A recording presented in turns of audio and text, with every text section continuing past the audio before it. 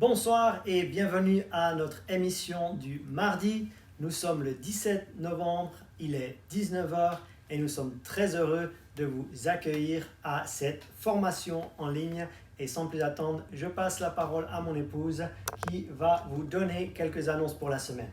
Donc, bonjour à tous, pour ceux qui ne nous connaissent pas, je suis pasteur Rebecca Boulanger, c'est mon mari pasteur Philippe et c'est une joie de vous accueillir chez nous pendant ce reconfinement. Mais cette semaine il se passe différentes choses, donc le mardi soir nous avons notre formation à 19 h, le mercredi soir à 18 h pour les membres d'église et ceux qui fréquentent l'église Étincelle. Nous avons une réunion de prière sur Zoom. Vous pouvez envoyer un email à contact@égliseétincelle.com pour avoir les liens.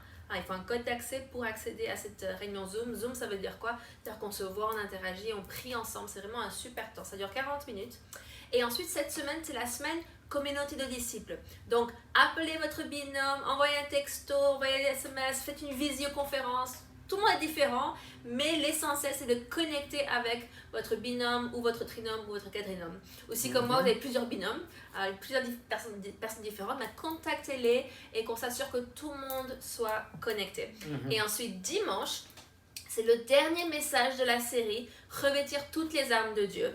Et donc, connectez-vous, ça va être excellent. On va finalement parler de l'épée de l'esprit. Les gens, ils attendent toujours qu'on parle de l'épée de l'esprit, j'ai l'impression, mais on a construit, on a bâti jusqu'à maintenant, et puis là, on va vraiment voir le dernier volet de cette série. Et voilà, je pense à peu près tout pour les... Et on va présenter des nouveaux membres à nouveau dimanche, parce qu'on a vu certaines vidéos, mais on n'a pas encore vu tout le monde. Donc d'autres vidéos viennent, et dimanche, nous aurons aussi la Sainte Seine ensemble. Donc prévoyez déjà dans vos courses de prendre du jus de raisin ou du vin, et un petit bout de pain ou quelque chose comme ça pour dimanche matin. Donc pour ce soir, il vous faut, dans l'idéal, le support de cours de la formation. Est-ce que tu peux nous donner le nom de cette formation? Donc c'est la formation de disciples pour l'implantation des églises. Implantation des églises, ça fait un petit peu peur à certaines personnes. Mais vous savez, c'est pas parce que nous allons implanter une église que vous allez forcément faire partie de l'équipe de lancement de cette nouvelle église, d'accord? Si vous êtes bien dans l'église Étincelle qui se rencontre au 11 Passage Grégoire, vous pouvez rester là, il n'y a aucun souci. Mais nous sommes en train, donc cette semaine, nous pourrons appliquer le contenu de la formation, pas dans les live groups, parce que ce n'est pas une semaine live group, mais dans les communautés de disciples. Et vous aurez 2 exercices à mettre en pratique avec votre binôme, trinôme et désormais, depuis ce reconfinement, quadrinôme. Donc nous retournons dans la parole de Dieu et nous allons aller en Actes chapitre 8. Nous allons juste rappeler, faire une petite révision. Pourquoi faisons-nous cette formation dans le cadre de l'église Étincelle? Et nous sommes en Acte 8, verset 1. Est-ce que tu pourrais lire Acte 8, verset 1? Jusqu'à 4? Non, juste le 1. Juste 1. Saul avait approuvé le meurtre d'Étienne. Il y eut ce jour-là une grande persécution contre l'église de Jérusalem, et tous, excepté les apôtres, se dispersèrent dans les contrées de la Judée et de la Samarie. Donc, si vous aimez souligner dans votre Bible, soulignez le mot « se dispersèrent ».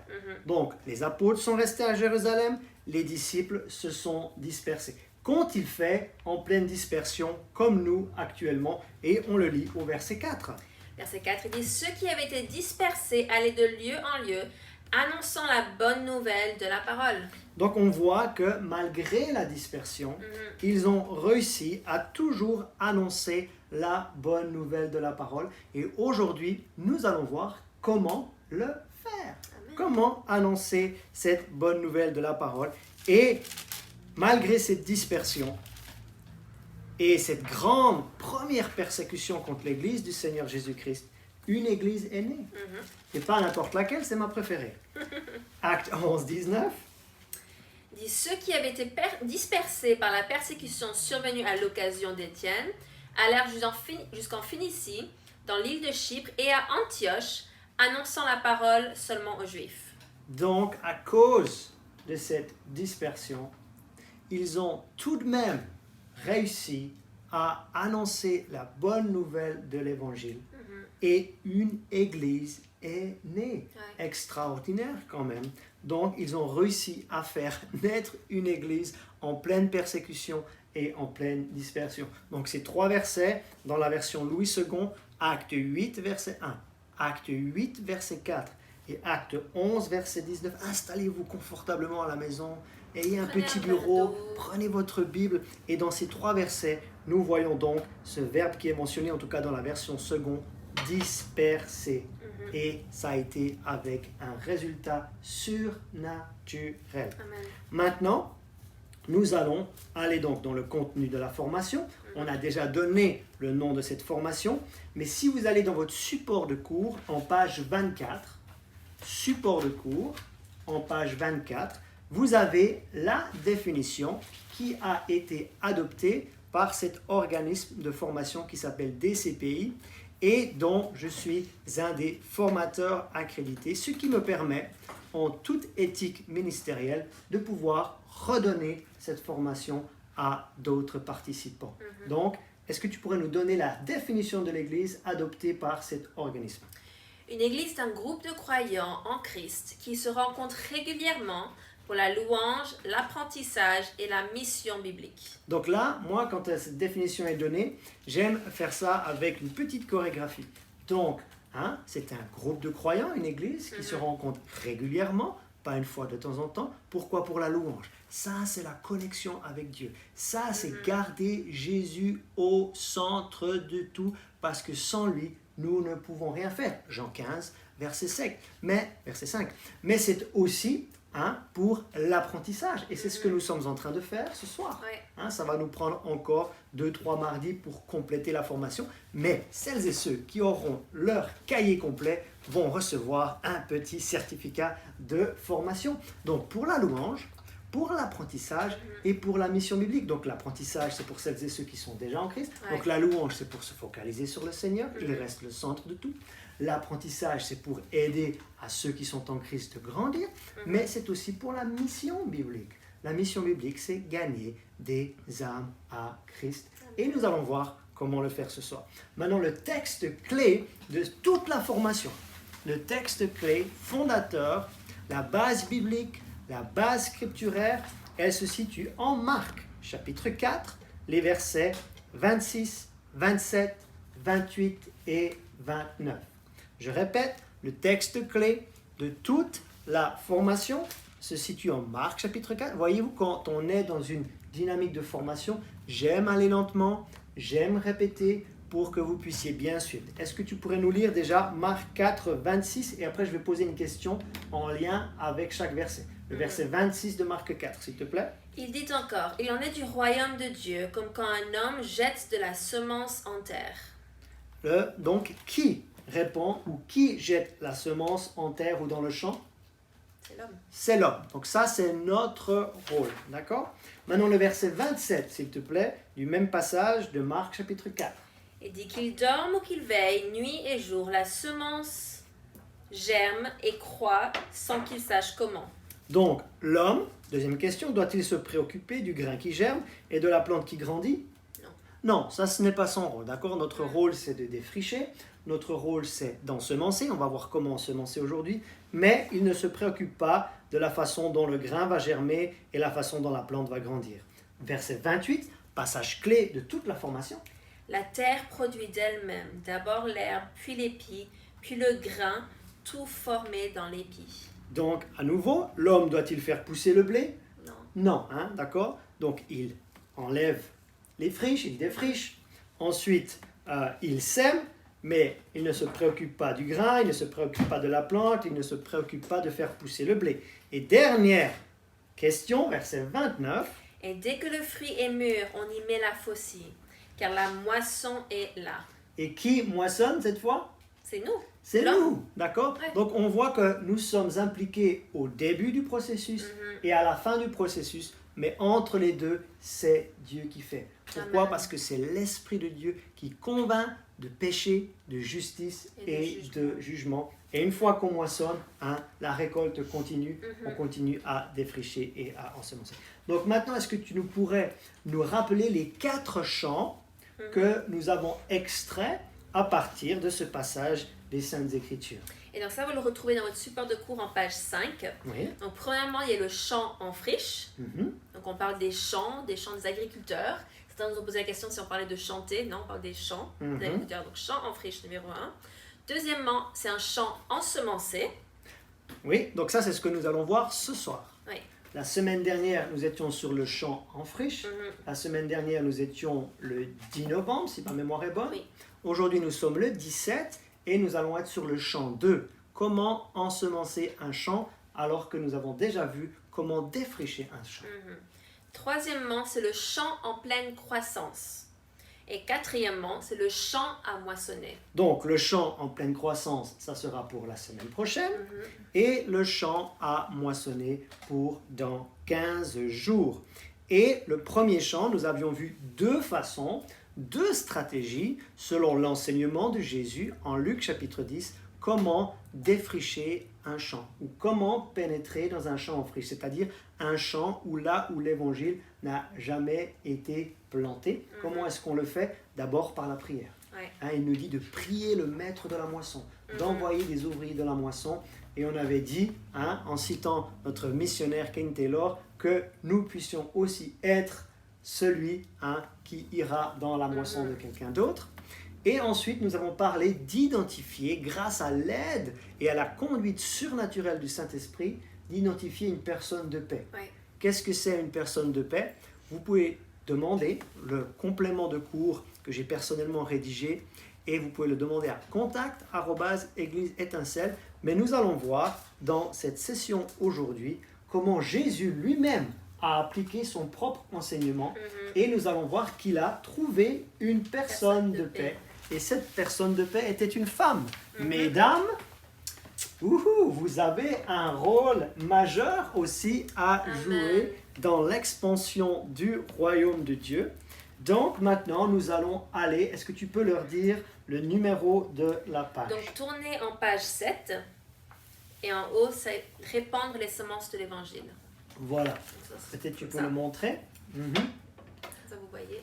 Donc vous avez un premier petit logo qui parle de s'exercer.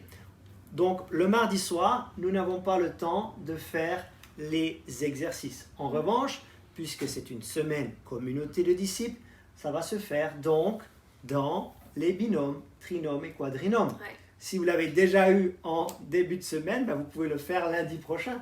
D'accord? Alors ça sera pour la petite rubrique s'exercer. Et Maintenant, que doivent-ils faire pour s'exercer? alors on va y arriver. D'accord. D'accord? C'est là où nous en arrivons donc aux deux objectifs de ce cours. Donc on va faire la partie enseignement et on va voir que près du puits ou près d'un puits, Jésus a trouvé une personne de paix. Nous allons voir comment Jésus a lui-même appliqué son enseignement. C'est toujours bon d'appliquer ce qu'on enseigne. Ouais. Et Jésus était un maître dans l'enseignement et il était un maître dans l'application de son enseignement. Mais il y a deux objectifs à ce cours de ce soir. Donc, ces deux objectifs sur le champ ensemencé ou comment répandre les semences de l'évangile. Et Pasteur Rebecca va vous donner les deux objectifs avec les mots à compléter dans votre support de cours. Donc, vous avez deux blancs, vous avez deux points. Le premier, c'est apprendre à raconter votre histoire. Raconter votre histoire. Donc, qu'est-ce qu'on va exercer avec sa communauté de disciples? On va s'exercer à raconter son histoire. Attention, pas en 30 minutes ou en 45 minutes. Essayez de raconter votre histoire et on va voir les contenus qu'il va falloir y intégrer, mais en 3 minutes. Ouais. Ouh! Certaines fois, tu dis même dans le trajet d'un ascenseur, en 30 secondes. Oui, c'est comme ça qu'on nous avait formé qu'il faut savoir témoigner que peu importe le temps qui nous est donné. Des fois, on a 10 minutes, des fois, on a 3 minutes, mais des fois, on a juste le temps d'un étage à l'autre, dans l'ascenseur, pour dire quelque chose qui va vraiment toucher la vie de la personne. Et donc, là, tu as donné le mot-clé, Votre. apprendre à raconter votre histoire, la vôtre, parce que c'est votre expérience, c'est votre vécu, c'est votre témoignage, et nous savons que Dieu confirme deux choses. Il confirme sa parole et il confirme notre témoignage. Amen. Ensuite, deuxième objectif de ce cours, Ce qui est très important, c'est apprenez à raconter l'histoire de Jésus. Donc le mot-clé ici, c'est Jésus. donc deux objectifs dans ce cours sur comment ensemencer un champ après l'avoir défriché, apprendre à raconter votre histoire, mot-clé votre, et apprendre à raconter l'histoire de Jésus. Et là, l'histoire de Jésus, c'est pas en 30 minutes non plus, C'est pas un sermon à la pasteur Philippe hein, qui dure certaines fois 45 voire 50 minutes. Non, non, non. En quelques minutes, ce qu'il y a de bien dans cette formation, c'est que même le croyant, le moins expérimenté, l'idée c'est qu'il puisse être capable d'appliquer. Donc il n'y a pas besoin d'avoir fait l'école biblique, il n'y a pas besoin d'avoir étudié la théologie. Ce n'est pas le but de cette formation. Elle est simple, elle est accessible pour que même le croyant le moins expérimenté puisse l'appliquer dans sa vie quotidienne et même en reconfinement. Maintenant nous allons voir ce texte. Vous avez un long passage dans vos notes, donc qui est en Jean 4, les versets 4 à 32. Tu peux le lire depuis là et je te demande de lire déjà le verset 4 et on va prendre certains versets, on ne va pas prendre tout le passage et je vais commenter certaines fois et nous allons voir comment Jésus est entré en contact avec une personne de paix. Donc lis s'il te plaît déjà le verset 4.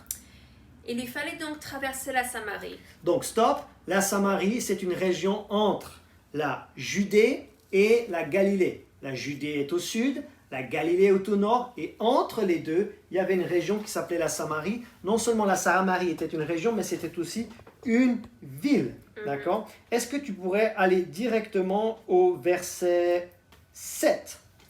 Là, il faut que je regarde dans la Bible parce que je n'ai pas les références dans mon texte. Ah d'accord, parce que moi je les ai. Ça commence par une femme samaritaine. Voilà, une femme samaritaine vint puiser de l'eau. Jésus s'adressa à elle, « S'il te plaît, donne-moi à boire un peu d'eau. » Stop, on s'arrête là. Donc nous avons lu le verset 7. Une femme samaritaine, nous dit le verset 7. Mais une femme samaritaine. Pourquoi c'est important? Parce que les Juifs déjà et les Samaritains n'avaient pas de très bonnes relations et ils évitaient les relations entre eux. Donc Jésus va déjà vers quelqu'un qui est de Samarie. Mais en plus, il ne va pas vers un homme, il va vers une femme. Qui à cette époque-là, ça ne se faisait pas. Hein, ce n'était pas quelque chose de très fréquent à l'époque. Et si on lit aussi le verset 5, c'est ainsi, à partir juste le verset avant. C'est ainsi qu'il arriva près d'une bourgade de Samarie nommée Sychar, non loin du champ que Jacob avait jadis donné à son fils Joseph. Donc vous voyez ici, il y a un champ naturel. C'était quoi? C'était le champ que Jacob avait jadis donné à son fils Joseph. Mais maintenant, ça devient un champ spirituel, ça devient un champ à défricher et il va rencontrer une femme samaritaine. Et ensuite, il va s'adresser à elle. Parce que peut-être vous avez prié dans vos live groups pour que le Saint-Esprit vous aide à identifier une personne de paix. Mais la personne de paix, elle ne va pas venir comme ça parachuter et télécharger forcément devant vous. Pourquoi? Parce que ici, qui a commencé la conversation? C'est Jésus. C'est Jésus qui a commencé la conversation. Jésus s'adressa à elle. Donc c'est lui qui a commencé le dialogue. D'accord? Ça c'est très important. Et ensuite, il va demander quelque chose de naturel pour pouvoir basculer dans le spirituel. Est-ce que tu peux lire le verset 10 qui commence par Jésus lui répondit? Jésus lui répondit, « Si tu savais quel don Dieu veut te faire, et qui est celui qui te demande à boire, c'est toi qui lui aurais demandé à boire et il t'aurait donné de l'eau vive. » Alors déjà, pourquoi Jésus a-t-il parlé à une femme samaritaine? Déjà, elle était samaritaine, deuxièmement, c'était une femme, ça a surpris ses disciples. Il parle à une femme. Pourquoi? Parce que Jésus a vu en elle une personne de paix. Et une personne de paix, c'est quoi? C'est qu'une fois que cette personne est gagnée à Christ, ça ouvre une famille, ça ouvre une région, ça ouvre une ville, ça peut même ouvrir un pays. Donc il a vu ça en elle, d'accord? Ça, c'est extrêmement important. Et il lui demande à boire dans le naturel. Et ensuite, nous allons voir qu'elle, elle s'intéresse à boire dans le spirituel. Vous voyez qu'il a commencé avec quelque chose de très commun. Quelque chose, voilà, je suis en train de marcher de la Judée à la Galilée, j'ai soif maintenant, je désire boire. Et en fait, il a commencé la discussion avec elle, il a parlé d'avoir soif, donne-moi à boire. Et ensuite, elle a dit, mais moi aussi, j'ai envie de boire. Donc, qu'est-ce qu'on peut établir ici? C'est que Jésus a eu soif dans le naturel, mais la femme samaritaine a eu soif dans le spirituel. Vous voyez comment il est parti, il a commencé la conversation, il a utilisé quelque chose de très naturel pour pouvoir apporter quelque chose de spirituel. Est-ce que tu pourrais nous lire le verset 15 qui dit « Maître, lui dit alors la femme ». Maître, lui dit alors la femme, donne-moi de cette eau-là pour que je n'ai plus soif et que je n'ai plus besoin de revenir puiser de l'eau ici. Donc on voit la soif de Jésus dans le naturel Mm. et il a utilisé ça comme une façon de pouvoir apporter Ouais. des vérités spirituelles. Et elle avait soif dans le spirituel. Là, nous avons aussi établi la semaine dernière qu'une personne de paix n'est pas forcément quelqu'un de très influent dans la société et pas forcément quelqu'un de très intégré dans la société. C'est possible. Hein? Ouais. Vous allez pouvoir trouver des personnes très intégrées dans la société, comme Lydie ou le Géoli, des personnes très influentes dans la société, hein, comme quand Paul était à Malte, par exemple, ou comme quand il était sur l'île de Chypre. Mais là, elle avait quoi comme arrière-plan, cette femme samaritaine? Est-ce que tu peux nous lire le verset 17? Va donc. Je ne suis pas mariée. Je ne suis pas mariée, lui répondit-elle. Tu as raison de dire je ne suis pas mariée. En fait, tu l'as été 5 fois, et l'homme avec lequel tu vis actuellement n'est pas ton mari. Ce que tu dis là est vrai. Donc on voit que c'était une personne qui n'avait pas une situation de vie hyper exemplaire, elle était assez marginalisée dans la Ouais. société. C'est pour ça qu'elle est allée puiser de l'eau toute seule. Pourtant, Jésus a vu en elle une personne de paix et on voit le résultat de son témoignage. Donc là, on est en train de voir comment Jésus a appliqué son propre enseignement de Luc 10 Ouais. et maintenant on va voir comment cette femme samaritaine a raconté son histoire. Est-ce que tu peux nous lire le verset 28 qui commence par « Alors la femme laissa là sa cruche Euh, ». C'est près de la fin. Alors la femme laissa là sa cruche, se rendit à la ville, et la voilà qui se mit à dire autour d'elle. Venez voir un homme qui m'a dit tout ce que j'ai fait. Et si c'était le Messie? Les gens sortirent de la ville pour se rendre auprès de Jésus. Je continue. Donc, tu peux continuer là. Entre-temps, les disciples pressaient Jésus en disant « Maître, mange donc !» Mais il leur répondit « J'ai pu me nourrir, pour me nourrir, un aliment que vous ne connaissez pas. » Ah, et puis ça, c'est la volonté de Dieu, un passage que j'aime beaucoup. La volonté de Dieu nous satisfait. Faire la volonté de Dieu nous nourrit. Donc on voit ici qu'elle a appliqué le premier objectif de ce cours pour ensemencer un champ. Ouais. Elle a raconté son histoire. Oui. D'accord? Elle est allée dire, j'ai rencontré quelqu'un, c'est peut-être le Messie, etc. Et ça a amené d'autres personnes à Jésus.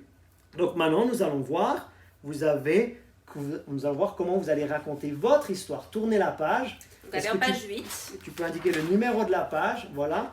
Et vous avez une rubrique qui s'appelle « Raconter votre histoire ». D'accord? Et lorsque vous racontez votre histoire, imaginez en 3 minutes. Vous allez exercer avec votre communauté de disciples cette semaine comment raconter votre histoire en 3 minutes. Et dans les 3 minutes, 1 minute pour chaque chose. Première minute, on vous propose le schéma suivant. Votre vie avant de connaître Jésus. Ouais. Commencez par à quoi ressemblait votre vie avant de connaître Jésus. Donc là, vous pouvez le noter déjà. Après, vous Ici. pouvez écrire votre propre histoire si vous Votre le voulez. vie avant Mais Jésus. il faut qu'il y ait ces 3 éléments. D'accord? Quand vous racontez votre histoire, votre vie avant de connaître Jésus. Le deuxième élément, c'est la façon dont vous vous êtes tourné vers lui. Est-ce que quelqu'un a partagé l'évangile avec vous? Est-ce que vous avez écouté un message? Est-ce que vous avez écouté une prédication? Est-ce que vous avez étudié ou écouté un album? Ou avez-vous lu la Bible par vous-même? Avez-vous une révélation de Jésus pendant votre sommeil? Je ne sais pas. Ouais. Il y a plein. Donc, premièrement, vous écrivez votre vie avant de connaître Jésus. Vous l'écrivez ici dans cette rubrique « Racontez votre histoire ». Mais comment la raconter? Votre vie avant de connaître Jésus. Deuxièmement, la façon dont vous vous êtes tourné vers lui. Expliquez ça. Ouais. D'accord? Donc moi, je pourrais dire que j'étais dans mon salon en Suisse. J'ai mis un album d'un groupe anglais qui s'appelle Delirious. D'accord? J'étais en train de cuisiner. Ça faisait 10 jours que je lisais les évangiles et que je notais et je copiais toutes les fois où les paroles de Jésus m'interpellaient, me percutaient. Et après, je me suis retrouvé par terre en larmes. Et L'album était un album chrétien. et j'ai fait donc, oui, c'est un album chrétien, et j'ai fait donc une rencontre surnaturelle avec le Seigneur Jésus-Christ. Je peux même vous donner la date, le 22 mai 2003. Et dernièrement, dernier point en lien avec cette rubrique, votre vie après l'avoir connu. Donc on répète, votre vie avant l'avoir connu, Oui. comment vous l'avez connu et décrivez votre vie après l'avoir connu. Donc, toi qui aimes bien enseigner sur le témoignage, dis-nous les pièges à éviter quand on témoigne. Je pense qu'un des pièges à éviter, c'est de vouloir tout dire. Parce que de toute façon, en 3 minutes, on ne peut pas tout dire et on n'a pas forcément toujours le temps de raconter toute sa vie. C'est important de se centraliser et de centrer. Et comme Jésus l'a fait, de prendre quelque chose qui donne soif à l'autre personne. C'est-à-dire de mettre votre grain de sel, le bon grain de sel, pour qu'ils vous en demandent plus. Et pas que vous êtes en train de les noyer avec de l'information qu'ils n'ont pas demandé, mais que vous dites quelque chose qui leur donne envie de vous demander plus. Et comme ça, vous avez la possibilité d'en dire plus. Je pense que c'est des bonnes choses à faire. Aussi, une chose qui est importante, c'est de ne pas glorifier le diable avec votre témoignage. Ne pas glorifier le diable. C'est beaucoup plus important de passer plus de temps sur ce que Jésus a fait que de passer du temps sur ce que vous étiez avant. C'est ça. Donc, c'est pas 33% pour chaque chose. C'est vraiment... Je vais faire une petite chorégraphie avec mes mains. Certains, ils expliquent tout ça de leur vie d'avant. Après, ils expliquent ça de leur vie d'après.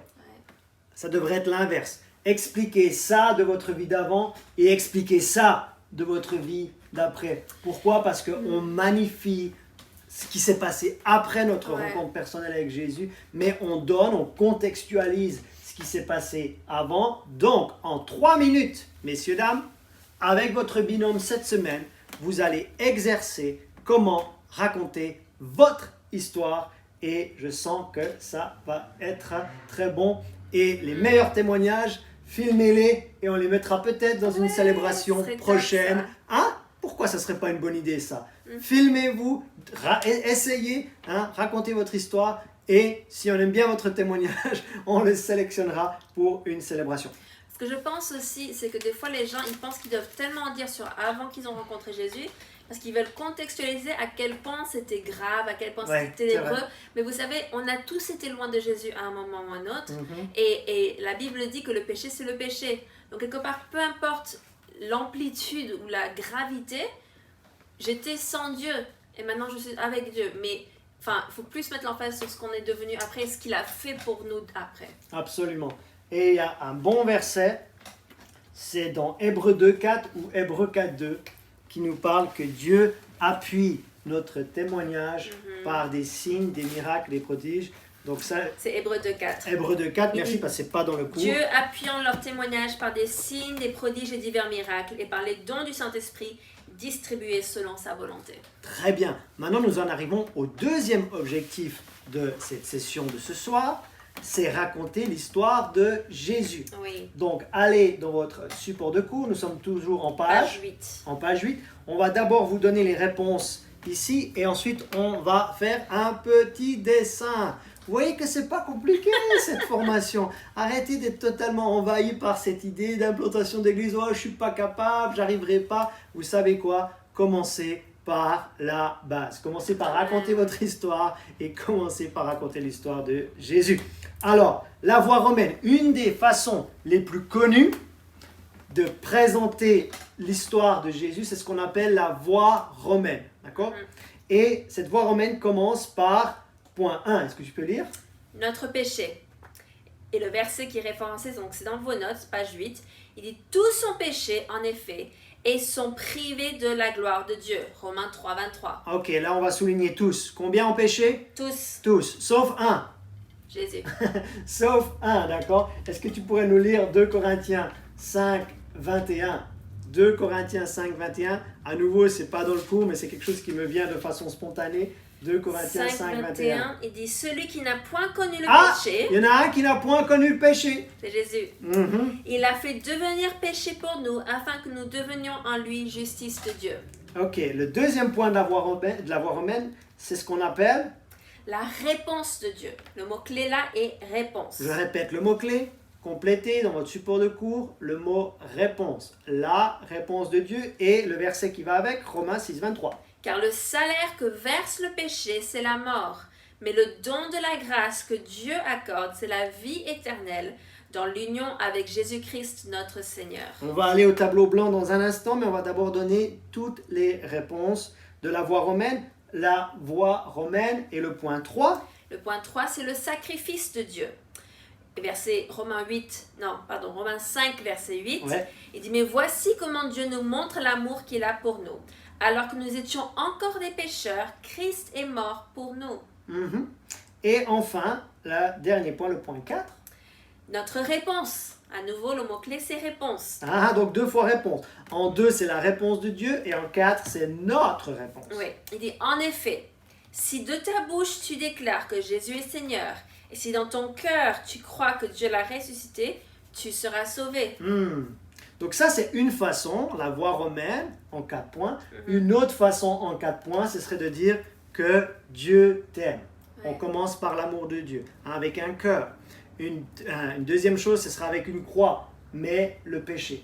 Le péché nous a souillés. Lui est saint et nous avons été souillés par le péché. Ensuite, troisièmement, une croix. Donc un cœur, une croix. Comme ça, la croix de Christ pour dire qu'il s'est donné, Amen. il s'est sacrifié sans effusion de sang selon la loi de Dieu. Il n'y a point de pardon. Ouais. Et le dernier petit logo ou émoticône, ce serait le point d'interrogation. Quelle est ta réponse face à ce sacrifice, à cet acte d'amour qui a été donné envers toi? Donc maintenant, on va faire un zoom sur Romains 6, 23, parce qu'une bonne façon de partager l'histoire de Jésus, c'est de choisir un seul verset.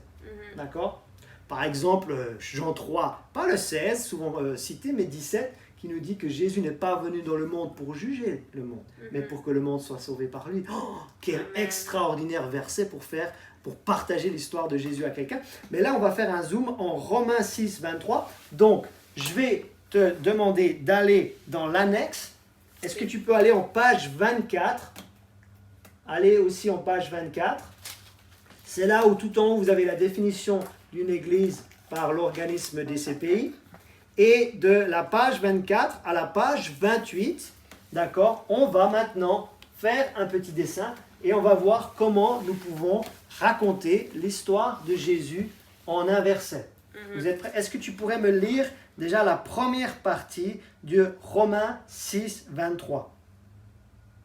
Car le salaire du péché, c'est la mort. Ok, là il y a déjà 3 mots. Hein, vous l'avez aussi dans le support de cours. Premièrement, le premier mot-clé, c'est le mot salaire. Car le salaire, de quoi? Le salaire du péché. Le salaire du péché. Et là, vous pouvez mettre en parenthèse le verset déjà lu, Romains 3, 23. Romains 3, 23. Car tous ont péché et sont privés de la gloire de Dieu. Et nous avons établi, selon 2 Corinthiens 5, 21, que un seul n'a pas connu le péché. Donc le salaire du péché, c'est quoi? C'est la mort. C'est la mort. Donc là, vous avez une première falaise ici, où vous avez 3 mots-clés. Vous avez tout ceci dans l'annexe, d'accord? C'est ici. Car le salaire du péché, c'est la mort. Maintenant, il y a 3 types de mort dans la Bible. Il y a la mort spirituelle. Donc, la mort dans la Bible, ce n'est pas la cessation de vie, c'est la séparation. Donc, la mort spirituelle, c'est être séparé de Dieu. La mort physique, c'est être séparé de son corps physique. Et il y a la mort éternelle, c'est être séparé de Dieu éternellement. D'accord? Et si on ne reçoit pas l'évangile, nous serons séparés de Dieu éternellement, ce que la Bible appelle l'enfer. D'accord? Et la raison pour laquelle nous devons absolument partager soit notre histoire, soit l'histoire de Jésus, c'est pour que les gens acceptent. Notre rôle, c'est de le dire, leur rôle, c'est de l'accepter. D'accord? Donc, continue la lecture du verset. Reprends-le depuis le début. Car le salaire du péché, c'est la mort. Mais le don... Ah, stop, mais. Et là, entre les 2 falaises, il y a un fossé et vous avez le mot-clé mais. Ça, c'est la réalité spirituelle de quelqu'un sans Christ. Le salaire, c'est quoi? Ça veut dire que ce qu'il mérite en fonction de son péché, il mérite quoi? Il mérite la mort. Il mérite le jugement de Dieu. Mais, il y a un mais. Et ce mais dit quoi? Mais le don gratuit de Dieu. D'accord. Donc là, vous allez mettre le mot don. Attention, le mot don, c'est toujours gratuit pour celui qui reçoit un don. Mais ça coûte à celui qui l'a donné. Donc, expliquer que la réconciliation avec Dieu, elle a tout coûté au Seigneur Jésus-Christ parce que le péché doit être jugé selon la justice et la droiture de Dieu. Donc, il y a quelqu'un qui a été jugé à notre place, il y a quelqu'un qui a payé le prix fort à notre place. D'accord? Donc, le don de quoi? Le don gratuit de Dieu. Donc là, vous avez le mot don. Vous voyez qu'ici, il est question de salaire. C'est ce qu'on méritait. Et là, il est question de don. C'est ce que Dieu veut nous donner. Le don de qui? Le don de Dieu. Le don de Dieu. Waouh! Donc le salaire du péché, c'est la mort. Mais le don de Dieu, c'est quoi? La vie éternelle. La vie. La vie éternelle. En Jésus-Christ notre Seigneur. En Jésus-Christ notre Seigneur. Donc je ne sais pas si j'ai une autre couleur ici. Tu pourrais me donner le stylo rouge peut-être? Oui, super. Merci beaucoup. Et là, on va peut-être le faire en rouge parce que son sang a coulé sur la croix, d'accord? Ouais. Donc, Romains 3, 23 nous dit ou Romains 6, 23 nous dit, car le salaire du péché, c'est la mort, mais... Le don gratuit de Dieu. Donc là, on a salaire opposé à don. Mhm. Ici, on a le péché, c'est l'homme qui a péché, mais Dieu a une réponse à cela, la Ouais. réponse de Dieu. Et là, on a les conséquences du péché, et là, on a ce que Dieu veut nous donner. Amen. D'accord? Et c'était quoi la fin? En Jésus-Christ notre Seigneur. En Jésus-Christ, notre Seigneur. Donc là, on va dessiner une croix. Et dans cette croix, on va mettre, je vais juste mettre Jésus. Et Jésus quoi? Christ, Ouais. notre Seigneur. Seigneur. Jésus-Christ, Seigneur. Et ça, vous le retrouvez aussi en page 26, 26, 27. Maintenant, est-ce que tu pourrais relire le verset clé du point 3 de la voie romaine? Romains 5, 8. Il faut que Donc, juste que je trouve. Ouais, il faut que tu retournes là où on était auparavant. Romains 3, 5, 8. Ouais. Mais voici comment Dieu nous montre l'amour qu'il a pour nous. Alors que nous étions encore des pécheurs, Christ est mort pour nous. Christ est mort pour nous, alors que nous étions encore des pécheurs. Jésus Seigneur. Donc là, vous avez Romains 6, 23, c'est tout le texte ici, d'accord? Ensuite, vous avez Romains 3, 23, car tous ont péché et sont privés de la gloire de Dieu. Romains 5, 8, qui nous dit, mais voici comment Dieu nous montre l'amour qu'il a pour nous, alors que nous étions encore... Ah, voilà la base de l'histoire de Jésus. C'est Jésus qui a fait le premier pas vers nous. C'est pas nous qui avons fait le premier pas vers lui. Encore, c'est lui qui a fait le premier pas vers nous pour nous réconcilier à Dieu. C'est pas nous qui avons fait le premier pas vers lui. Ça, c'est la révélation de l'évangile. Parce que toutes les autres religions te disent ce que toi, tu dois faire. Ouais. Non, la base de l'évangile, c'est ce que Jésus-Christ a fait pour toi et il attend une réponse. Et maintenant, est-ce que tu pourrais relire Romains 10, 29?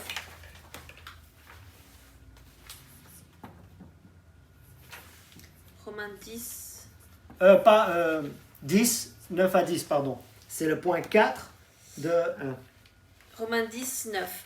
Il dit en effet, si de ta bouche tu déclares que Jésus est Seigneur, et si dans ton cœur tu crois que Dieu l'a ressuscité des morts, tu seras sauvé. Ce qu'on est en train de faire ici, vous pouvez même le faire avec un enfant. Ouais. Vous pouvez même le faire avec un adolescent. Donc comment on passe de là à là? Comment on passe de là à là?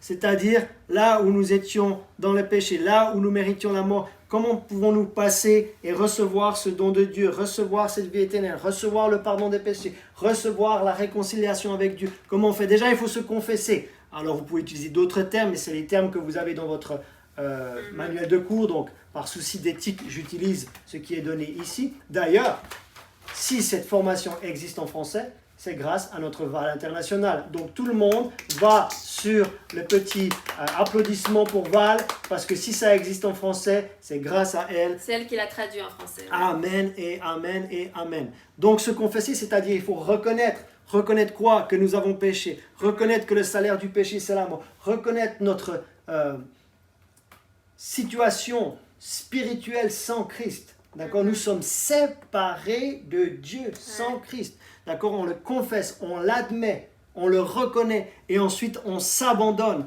Hein? Donc, comme il est écrit ici, comment on fait? Si de ta bouche tu déclares que Jésus est Seigneur, pas juste Sauveur, Seigneur, ça veut dire que non seulement tu lui donnes ta vie là, tu le reconnais comme Sauveur, mais tu t'abandonnes à sa seigneurie dans ta vie. C'est-à-dire que tu ne vas pas devenir croyant, tu t'engages à devenir disciple et tu établis, tu permets au Seigneur d'être Seigneur dans toute ta vie. D'accord? Et ensuite, tu crois que Dieu l'a ressuscité, tu seras sauvé. Donc voilà une façon de pouvoir partager l'histoire. Donc y a 2 objectifs dans ce cours. Comment apprendre à raconter notre histoire Ouais. et comment apprendre à raconter l'histoire de Jésus. Maintenant, il y a un exercice. Est-ce que tu pourrais retourner dans la session? Donc là, on était dans les annexes. Vous avez tout ça dans les annexes. Pages 24, 25, 26, 27. Exercice. Donc ça, c'est la page 9. OK? Vous avez ici Donc, une liste. vous êtes censé ici lister des noms. Mhm. Donc, des noms avec qui vous allez faire quoi? À qui vous allez partager. Donc, déjà, en communauté de disciples, binôme, trinôme, quadrinôme, vous allez faire quoi? Vous allez exercer comment raconter votre histoire en 3 minutes. Mhm. Et vous allez exercer comment raconter l'histoire de Jésus, allez, en 4-5 minutes. Mhm. Les meilleurs à cet exercice, filmez-vous et on vous mettra à la fin d'une célébration pour expliquer l'évangile. Okay. Ah, je suis en train de mettre certains au défi et j'aime ça et j'aime ça. Pourquoi? Parce qu'on a déjà dit avec Rebecca, nous ne voulons pas être le centre de toute l'attention. Toute l'attention, elle va vers le Seigneur. Amen. Donc, et dans cette liste, vous avez 20 personnes. 20 personnes. Peut-être c'est un peu ambitieux, 20 personnes avec qui tu vas raconter ton histoire ou l'histoire de Jésus ou encore les deux. Mais commence à mettre des noms. Et j'aimerais vous montrer à quel point des membres de nos familles devraient être dans cette liste. Ouais. Est-ce que tu peux reprendre ta Bible? Oui.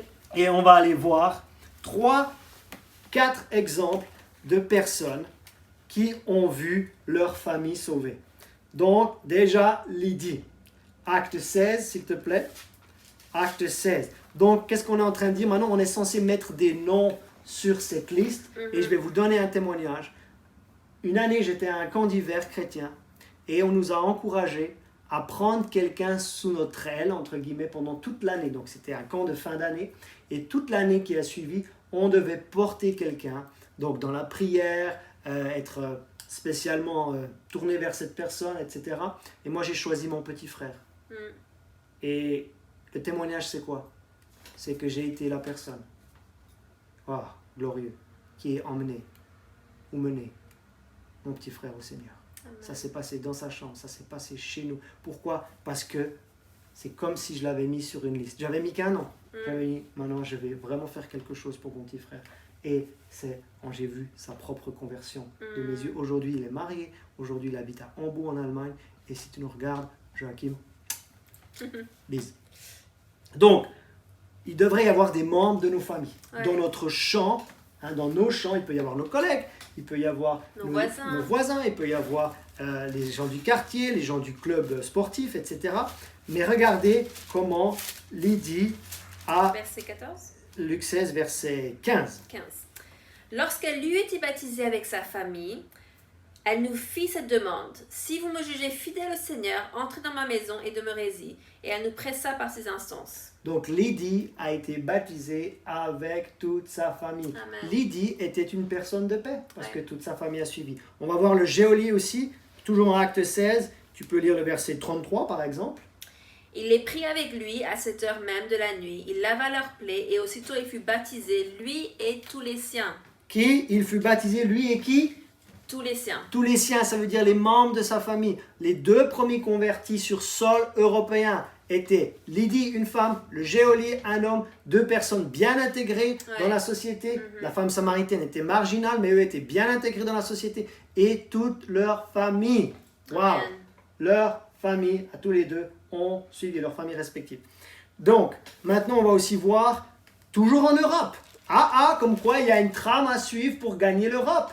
Ouais. Pourquoi 3000 personnes se sont-elles converties en acte 2 pour fonder l'église de Jérusalem? Et pourquoi en Europe on n'a pas 3000 personnes d'un coup? Parce que les méthodes au Proche-Orient ne sont pas les méthodes de l'Europe. Je redis ça une fois. Arrêtons de copier-coller les méthodes qui viennent d'ailleurs. Pour gagner l'Asie, c'est une façon. Pour gagner l'Afrique, c'est une façon. Pour gagner l'Europe, on va gagner des individus et on va toucher des familles. Tiens, c'est quoi la vision de notre église? Édifier le disciple, édifier la famille, édifier l'église, édifier le royaume. Donc on va aller voir Crispus, acte 18, verset 8.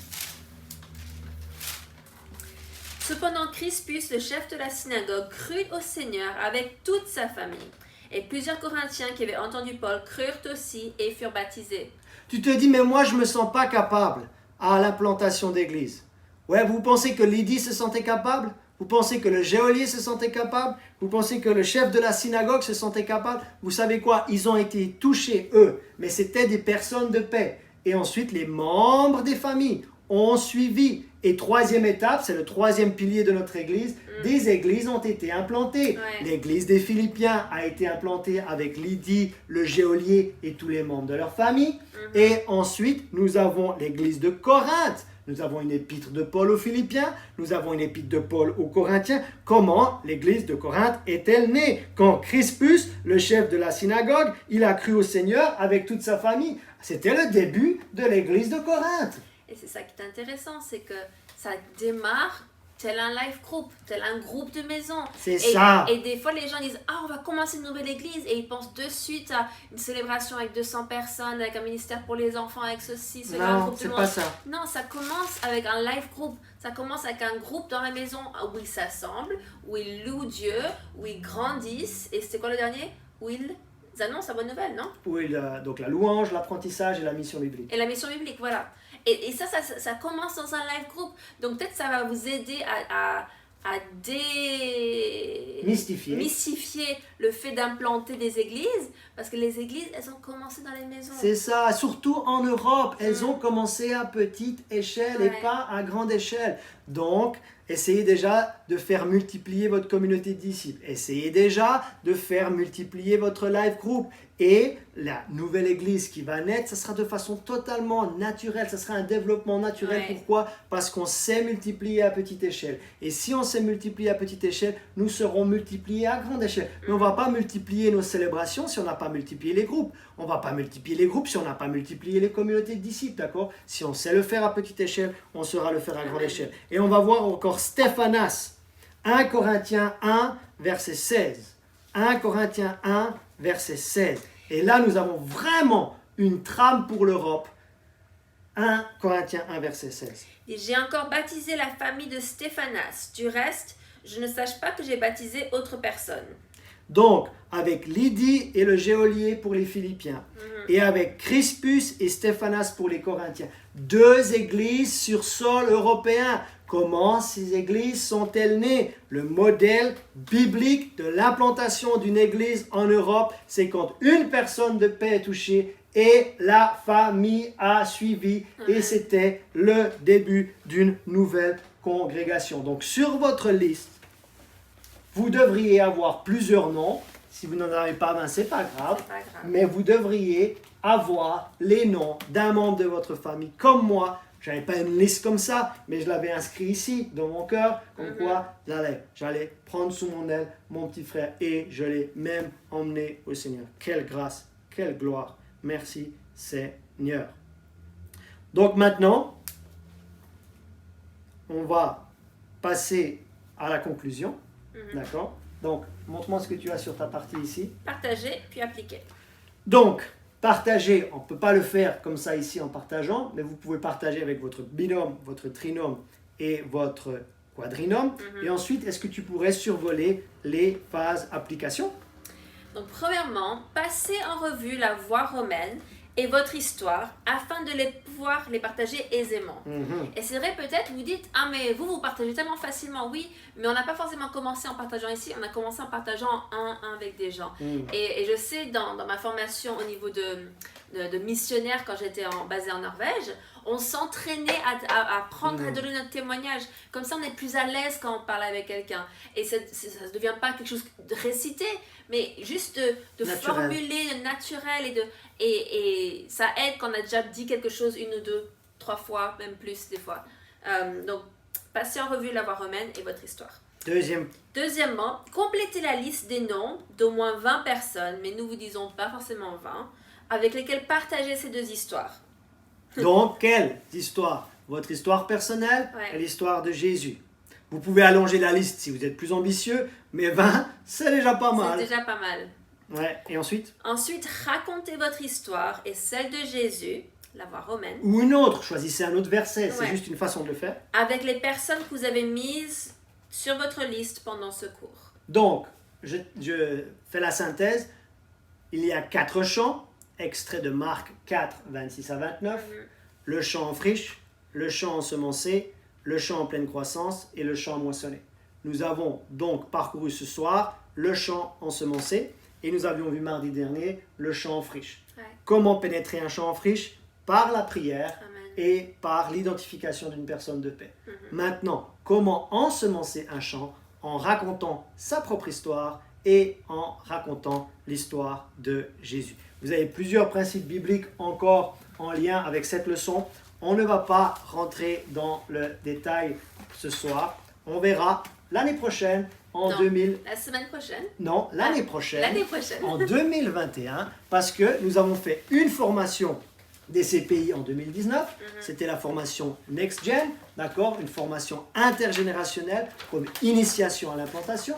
Là, nous sommes en train de faire une formation, une autre, qui est aussi accessible, qui est aussi simple, qui permet même aux croyants les moins expérimentés de pouvoir appliquer le contenu. Mais l'année prochaine, on était censé faire cette formation cette année, mais on va la reporter à l'année prochaine. C'est quoi? C'est quand une église existante implante une église fille. Voyez-vous qu'il y a pas mal de choses, c'est beaucoup plus costaud, beaucoup plus conséquent. Personnellement, j'ai parcouru toutes ces formations, ce qui me rend maintenant apte et capable de redonner le contenu dans le cadre de notre église locale. Mais on ne se met pas de pression, on n'a pas une date butoir, on regarde comment l'église... Mais si nous développons les 5 couleurs, et laissez-moi dire ceci par rapport aux 5 couleurs, apostolique, prophétique, évangélisation, pastorale et enseignement, l'idée de ces 5 couleurs, c'est d'avoir ces 5 couleurs en tant que corps. La Bible nous dit dans 1 Jean 5, tel il est, tel Jésus est, tel nous sommes. Et Jésus opérait dans les 5 couleurs. Ouais. Et nous n'allons pas opérer dans les 5 couleurs tout seul. C'est tel il est, tel nous sommes. C'est ensemble que nous allons opérer dans ces 5 couleurs en tant que corps de Christ. Et pendant cette formation, on met l'accent sur 3. On met l'accent sur la couleur évangélisation, le fait de partager son histoire, partager l'histoire de Jésus. On met l'accent sur la couleur pastorale. On va voir quand on peut ramener ou rassembler certains croyants dans le cadre d'une communauté de disciples, dans le cadre d'un live group, et quand on combine les deux, il y a une couleur apostolique qui est en train de naître. Amen. Mais ça veut dire quoi? Ça veut dire qu'on n'oublie pas la couleur prophétique, et ça veut dire qu'on n'oublie pas la couleur enseignement, parce que ce soir, finalement, nous avons enseigné. Est-ce que tu peux prier pour terminer ce soir? Seigneur, nous voulons te remercier. Remercie premièrement pour ce sacrifice que tu as fait. Merci pour cette illustration qu'on a eue qui nous rappelle à nouveau le sacrifice, le don gratuit que tu as fait pour qu'on puisse avoir une relation personnelle avec toi. Et Père, notre désir à chacun d'entre nous, c'est d'être des personnes de paix, être des personnes qui emmènent autant de personnes avec eux dans le royaume de Dieu. Pourquoi? Parce que nous aspirons à ce qu'ils aient la vie éternelle, à ce qu'ils aient une relation personnelle avec Dieu le Père, Dieu le Fils et Dieu le Saint-Esprit.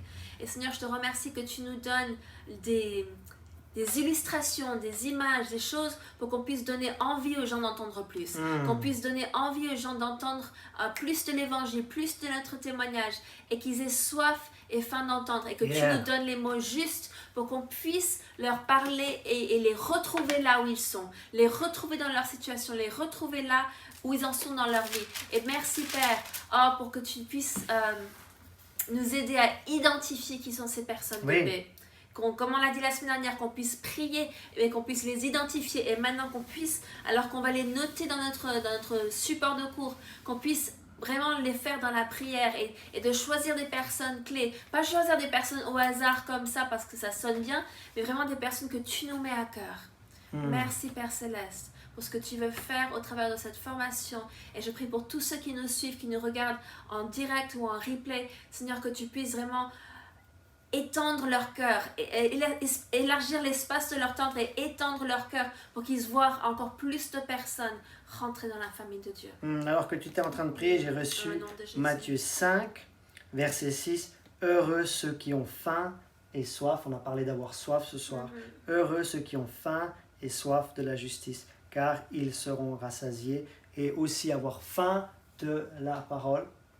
Parce qu'on ne se nourrit pas juste de pain, mais de toute parole qui sort de la bouche de Dieu, et d'avoir soif de son Saint-Esprit, parce que la parole et l'Esprit, c'est un cocktail puissant pour pouvoir non seulement avoir une vie chrétienne florissante, fructueuse, mais aussi pour avoir un impact pour l'éternité. Donc, demain, prière Zoom. Oui, 18h. À 18h, demandez les codes d'accès. contact@égliseétincelle.com. Vous n'avez pas encore reçu le support de cours. Il est gratuit, il est pour vous.